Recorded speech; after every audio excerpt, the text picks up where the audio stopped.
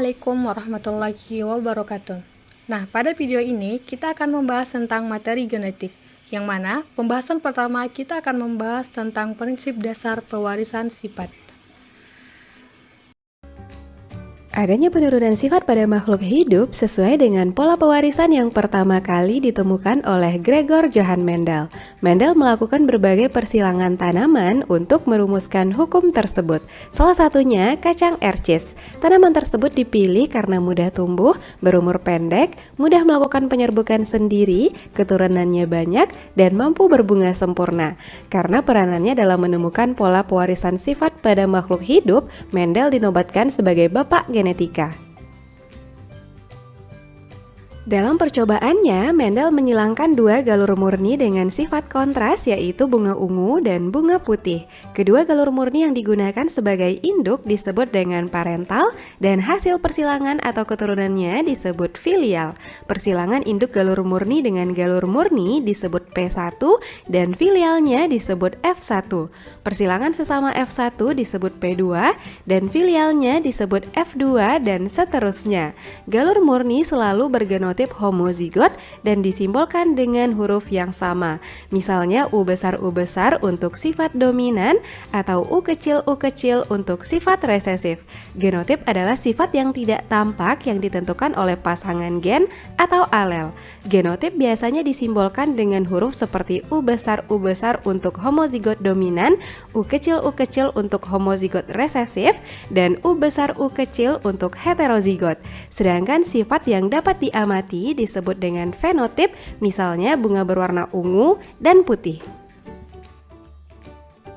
Selain istilah genotip dan fenotip, juga terdapat istilah lain dalam pewarisan sifat seperti alel merupakan pasangan gen dari dua kromosom homolog, parental, filial, homozigot, gen dengan pasangan alel yang sama, heterozigot, gen dengan pasangan alel yang berbeda, dominan, sifat yang muncul atau menutupi sifat lain, resesif, sifat yang tertutupi oleh sifat lain, dan intermediate merupakan sifat baru yang muncul dari hasil persilangan kedua induk yang sama kuat. Penyimpangan semu hukum Mendel. Apa sih yang dipelajari dalam penyimpangan semu hukum Mendel? Jadi nanti akan terbagi menjadi beberapa macam penyimpangan semu hukum Mendel, di mana ada beberapa tipe persilangan yang menyimpang dari hukum-hukum yang sudah dijabarkan oleh Mendel. Ada 5 macam penyimpangan semu hukum Mendel. Nah, tapi sebelumnya kakak ingatkan lagi ya, kalau kalian masih ingat, pada persilangan dihibrid hukum Mendel, itu sesama heterozigot yang disilangkan, pada F2-nya itu fenotipnya akan menghasilkan perbandingan 9:3:3:1. Pada 5 macam penyimpangan semu hukum Mendel ini, yaitu atavisme, kriptomeri, komplementer, epistasis, hipostasis, dan polimeri, ini nanti akan ada perbandingan yang berbeda dari hukum Mendel tersebut. Yuk kita bahas ya satu persatu. Yang pertama adalah atavisme. Atavisme ini adalah munculnya kembali sifat-sifat yang sudah lama tidak muncul, atau munculnya fenotip yang berbeda sebagai hasil interaksi antar alel. Jadi induknya apa sama apa gitu ya, terus ternyata anaknya beda sama induknya itu ya. Itu terjadi, kenapa fenotip itu muncul? Karena adanya interaksi antar alel induk-induknya. Nah, contoh persilangan atavisme ini bisa kita lihat pada pial ayam ya. Jadi pial ayam itu hanya 4 macam. Ada tipe ros atau mawar, kemudian ada ercis atau pia atau kacang atau peanut gitu ya. Kemudian ada walnut atau sumpel, dan ada bilah atau tunggal. Yang kedua yaitu kriptomeri. Kriptomerik adalah sifat gen dominan yang tersembunyi. Jadi jika gen dominan tersebut berdiri sendiri, tidak akan muncul menjadi suatu fenotip. Ya, meskipun dominan dia tersembunyi kalau berdiri sendiri. Contohnya adalah pada bunga Linaria marokana. Jadi kalau kalian dengar Linaria marokana, kriptomeri, sekarang kita lanjut ke yang ketiga yaitu gen komplementer. Komplementer adalah interaksi antara gen-gen dominan dengan sifat yang berbeda, tetapi keduanya saling melengkapi.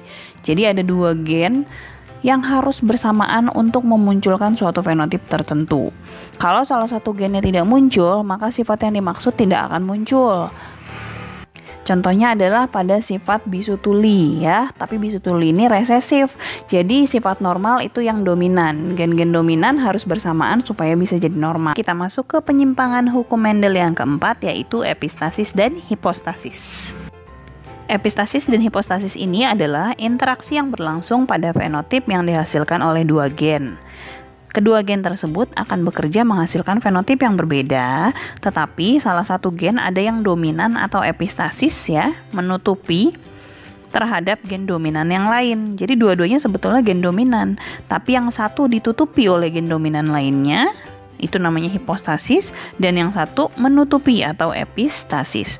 Contoh pada kulit gandum berwarna hitam, hitam itu gennya epistasis terhadap kulit gandum kuning. Terakhir, ini adalah polimeri. Polimeri bukan yang keempat ya adik-adik ya. Kakak lupa ganti nih. Ini adalah penyimpangan semu yang kelima. Polimeri ini adalah interaksi antara dua pasang gen atau lebih. Jadi kalau biasanya satu sifat dibawa oleh sepasang gen saja, kalau pada polimeri yang membawa sifatnya ini bukan hanya sepasang, bisa dua pasang atau bahkan lebih. Contohnya adalah pigmen merah pada bunga ya. Nah, pembahasan selanjutnya adalah kromosom. Nah, kromosom nih. Kalau kromosom itu bagian-bagiannya, yang pertama ini dari sini sampai sini, itu adalah lengannya ya, lengan kromosom. Jadi nanti ada yang punya satu lengan, ada yang punya dua lengan, tergantung apanya, tergantung letak ininya nih. Ya, namanya apa ini? Sentromer. Ya. Kemudian ukuran kromosom adalah 12-50 mikron atau mikrometer, berarti 12-50 kali 10 pangkat minus 6 meter ya. Itu panjangnya, kemudian lebarnya adalah 0,2-20 mikrometer. 0,2-20 kali 10 pangkat minus 6 meter. Oke, itu strukturnya ya. Berdasarkan fungsinya, kromosom kita bagi menjadi autosom dan gonosom. Bedanya kalau autosom itu membawa ciri-ciri atau sifat-sifat sel tubuh. Kalau gonosom itu membawa ciri atau jenis kelamin. Jadi kalau gonosom hanya ada dua macam, yaitu X dan Y. Kalau X bergabung dengan X jadinya jenis kelamin wanita. Kalau X bergabung dengan Y jadi jenis kelamin laki-laki, ya. Setiap sel memiliki autosom dan gonosom. Autosomnya 44, gonosomnya 2. Itu kalau sel tubuh. Tapi kalau sel kelamin autosomnya 22, gonosomnya 1. Nanti kita bahas mengenai jumlahnya ya. Kemudian berdasarkan bentuknya atau berdasarkan letak sentromernya, kromosom dibagi menjadi 4, yaitu telosentrik yang A nih ya. Perhatikan yang A nih. Yang A itu telosentrik, kenapa? Karena si sentromernya ada di ujung sini ya. Sentromer ada di ujung sehingga dia hanya punya satu lengan. Kemudian yang B yang ini akrosentrik. Jadi sentromernya hampir di ujung sehingga si lengannya ada dua, tapi lengan yang satunya lagi ini kecil sekali ya, sekitar 1/4 atau 1/5 dari lengan yang satunya. Kemudian yang C, kita lihat yang C adalah submetasentrik. Submetasentrik itu di mana lengan yang satunya sekitar setengah dari panjang lengan yang satunya lagi. Sampai kemudian yang D itu adalah metasentrik. Si ininya siapa namanya nih, sentromernya ada di tengah-tengah persis sehingga dua lengannya sama panjang. Itu macam-macam kromosom berdasarkan bentuk. Nah, sekarang kita lihat kromosom jumlahnya ada berapa. Nah, ini adalah gambar pemetaan kromosom kita ya. Kromosom kita itu ada 23 pasang. Dari nomor 1, nomor 2, 3, 4, 5, dan seterusnya sampai pasangan kromosom nomor 23 itu adalah kromosom kelamin. Kalau laki-laki kromosom kelaminnya X dan Y. Kalau pada wanita kromosom nomor 23-nya atau kromosom seksnya itu adalah X dan X.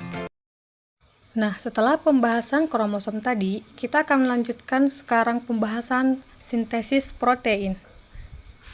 Proses sintesis protein adalah pembentukan partikel protein yang melibatkan sintesis RNA dan dipengaruhi oleh DNA. Ada dua tahapan pada proses sintesis protein. Yang pertama, tahap transkripsi, dan yang kedua, tahap translasi. Kita akan bahas mulai dari tahap yang pertama, yaitu transkripsi. Proses transkripsi terjadi di dalam nukleus. Proses ini adalah proses pencetakan rantai messenger RNA atau RNA duta dengan cara menjiplak rantai DNA template.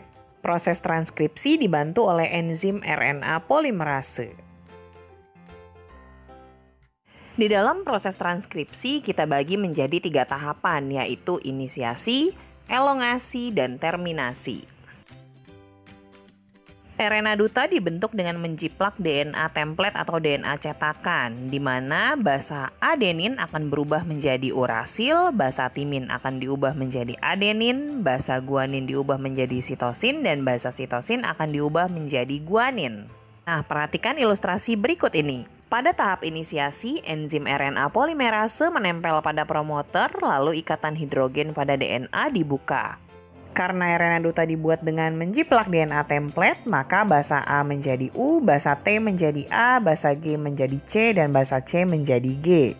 Nah, RNA polimerase akan terus-menerus menyusun untayan nukleotida sesuai dengan pasangan basa nitrogennya sehingga terbentuk rantai RNA duta. Tahap tersebut disebut tahap elongasi. Lalu tahap terminasi yaitu ketika RNA selesai terbentuk, terlepas dari DNA dan menuju ke sitoplasma. Dilanjutkan dengan tahap kedua yaitu translasi. Tahap translasi terjadi di sitoplasma dengan bantuan ribosom. Setiap 3 basa atau yang disebut kodon akan diterjemahkan menjadi 1 asam amino. Translasi terbagi juga menjadi 3 tahap yaitu inisiasi, elongasi, dan terminasi. Inisiasi adalah ketika ribosom bertemu dengan start kodon, elongasi adalah penerjemahan kodon satu persatu, dan tahap terminasi adalah ketika ribosom bertemu dengan stop kodon. RNA yang membawa kodon akan keluar dari nukleus menuju ke sitoplasma, lalu datanglah ribosom subunit besar dan kecil yang akan menerjemahkan kodon satu persatu. Dibantu dengan RNA transfer yang membawa antikodon dan asam-asam amino. Setiap RNA T akan membawa asam amino yang spesifik sesuai dengan kodon masing-masing. Seperti ini kira-kira video ilustrasi peristiwa translasi. Nah, translasi akan berlangsung terus sampai akhirnya ribosom bertemu dengan stop kodon. Translasi akan terhenti dan hasil akhirnya adalah rantai polipeptida. Nah, pembahasan yang selanjutnya adalah bioteknologi. Bioteknologi ini terbagi menjadi 2, yaitu bioteknologi konvensional dan bioteknologi modern. Bumbu dapur idola Indonesia ternyata dibikin sama jamur.